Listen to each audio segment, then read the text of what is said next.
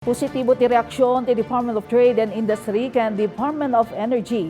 Iti saksakan as singasing alintag ni Baguio City Representative Mauricio Domogan. Pannakairaman dagiti produkto a petrolyo iti price control law.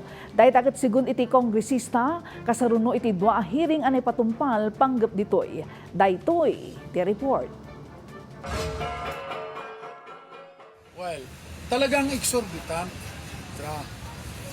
Unang-una, yung mas malayo sa atin, punta ka sa Abatan, mas mura ang per liter nila dyan kisa Baguio City. Mamati ni Baguio City Congressman Mauricio Domogan adakkel launay iti diferensya ti presyo ti petrolyo iti Baguio City. Adumanon iti 10 pisos kada litro no ikumpara sa San Fernando City kan Rosario La Union.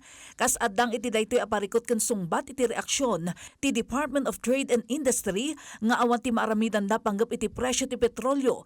Impila na ti House Bill 6634 apan ang amyenda iti the Price Act of the Philippines wenno ti Republic Act number 7581 nga dan panggap ang mairaman dagiti petroleum products iti sagudayan iti nasauan lintag.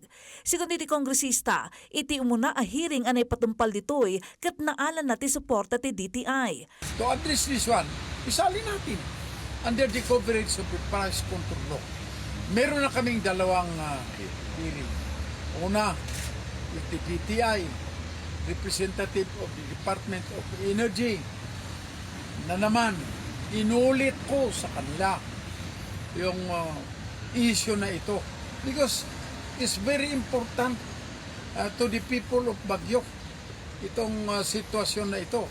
Then reluctantly, sabi ng DTI, susuporta kami sa bill na yan. Inayon na nga iti may kadwa hearing iti Kongreso kat positibo matlang ti reaksyon ditoy ni DOE Secretary Sharon Garin. She is positive in seeing na dapat o nga matingnan yan.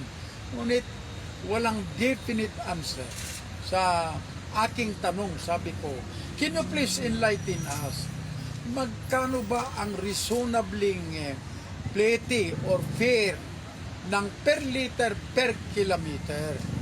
Even without considering the train, whether it's moving up or plain area. Ngam iti banag iti maysa a gasoline dealer iti syudad ti Baguio, posible a malimitaran ti supply no makontrol iti presyo, kan posible pa adag iti smaller retailer ket saan a makaalan iti nalaklaka a petroleum products a mabalinda a mailako. Bayat a maysa a gas dealer manipot iti small company ti nangibaga, adag iti oil supplier ti rumbeng a kitaenda, imbestigaran ken i-monitor.